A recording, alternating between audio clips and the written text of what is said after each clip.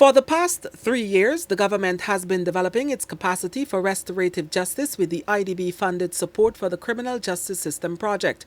With that project now completed, advancing restorative justice is now being fully financed by the Government of Guyana with support from bilateral partners. This aspect of expanding the restorative justice program adds to a range of alternative dispute mechanisms such as mediation, arbitration, and plea bargaining.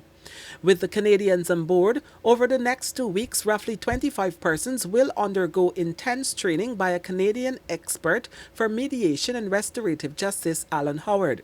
He said the next 2 weeks will be used to instill resolutions using many practical scenarios. Already, teachers, religious leaders, Tushaus and other persons deemed leaders or influencers in their communities received similar training. The difference now is that these practitioners will be duly certified and placed to work in probation offices in each administrative region. So at the magistrates' court, it's my vision to see the probation officer sitting, and alongside him will sit the restorative justice officer. And those two persons will be in the magistrates' court every day across the country, or as the magistrates would recommend. So the two officers or the two services would be readily available to the magistrates and judges alike.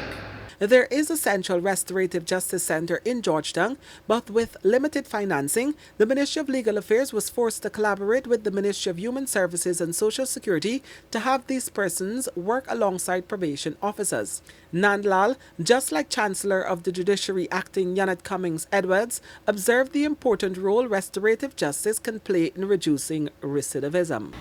So when you look at the principles that you will be taught and the principles which you will be practicing when you go out into the various centers of relationship, respect, responsibility, repair, and reintegration, what I see from there would be societies and communities that are safer, societies and communities that will enjoy the benefit of your training.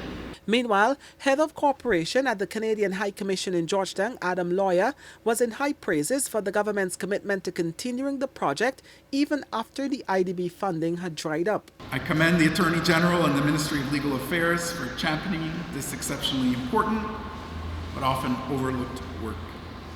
Orin Boston replaces former Police Commissioner Silal Prasad as a director of the center and said in the coming months his team will work on putting together a standard operating procedure for the practitioners to use as their guide. For the newsroom, Kurt Campbell.